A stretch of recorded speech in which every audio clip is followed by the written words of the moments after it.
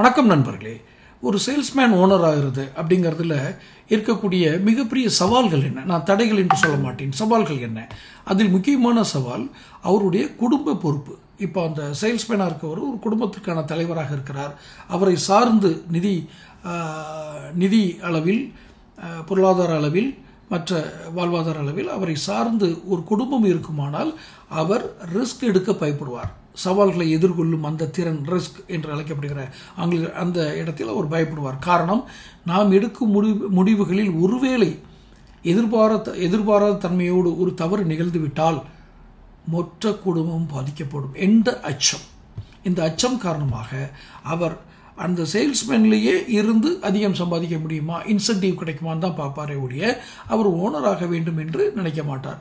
இவ்வாறு நிதி, அதாவது நிறைய சுமைகளை, குடும்ப சுமைகளை தாங்குபவர் என்று வைத்துக் கொள்ளுங்கள். ஒரு குடும்ப தலைவர், அவரை சார்ந்து பலர் இருக்கிறார்கள், பலருடைய வாழ்வாதாரங்களை அதை சார்ந்து இருக்கிறது. ஒரு நிதி சுதந்திரம் அவருக்கு இல்லை என்றால் அவர் திட்டமிட்டு மட்டுமே ஓனராக வேண்டும். இதற்கு கால அளவுகள் மாறுபடும். சந்தர்ப்பங்கள் கிடைக்கும் சமயங்களில் அதை வாய்ப்பாக மாற்றும், அதை தனது திறனாக, பலனாக கெயின் பண்ணுற அந்த தன்மைக்காக விழிப்புணர்வோடு காத்திருப்பதை தவிர வேறு வழி இல்லை. ஏனென்றால் இங்கு நீங்கள் ரிஸ்க் எடுங்கள் என்று நான் சொல்லும் பொழுது ஒவ்வொருவருடைய தனிப்பட்ட திறனும் அதில் அடங்கியிருக்கிறது. ரிஸ்க் எடுக்கும்போது ஏற்படும் ஆபத்துகளை எவ்வாறு சமாளிக்கிறார் என்பதும் அதில் அடங்கியிருக்கிறது. என்பதால் நாம் ஒரு சேல்ஸ்மேன் ஓனராகவும் இருக்கும் சவால்களை கூறுகிறேன். நிதி சுதந்திரம் இல்லாமை, அதாவது அவரை சார்புத்தன்மை உடையவர்கள் அதிகம் இருக்கும் பொழுது அவர் ஓனராக முயல்வதற்கு சற்று தடுமாறுவார் இல்லையா? இந்த இடத்தில் ஒரே ஒரு ஆலோசனை கூறுகிறேன்.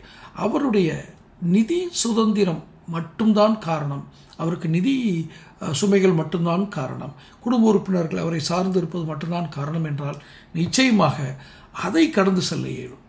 அதை தாண்டி மற்ற காரணங்கள் இருக்கிறதுனால தனிப்பட்ட காரணங்கள், இந்த காரணத்தை அவர் கடந்து செல்ல இயலும். அவர் எளிதாக தனது ஒழுக்கமான, நேர்மையான, திறமையான, சுறுசுறுப்பான அந்த சேல்ஸ்மேன்ஷிப்னால ஒரு நிறுவனத்தை கவர்ந்து விட்டார் என்றால் அவர் சிறிய டீலராக கூட தன்னுடைய முதல் படியை தொடங்க இயலும்.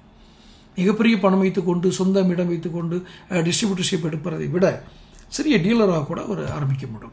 ஆக உங்கள் சூழலை ஆராயுங்கள். நிச்சயமாக அதற்கான ஒரு சந்தர்ப்பங்கள் எங்கோ காத்திருக்கும். கொஞ்சம் சற்று விழிப்புணர்வோடு நாம் ஆராய்ந்தால் போதும், நிச்சயமாக வெற்றி பெறலாம். தொடர்ந்து வீடியோ பாருங்கள், சேனல் சப்ஸ்கிரைப் பண்ணுங்கள், நோட்டிஃபிகேஷன் பெல் பதிவு பண்ணுங்கள். நன்றி, வணக்கம்.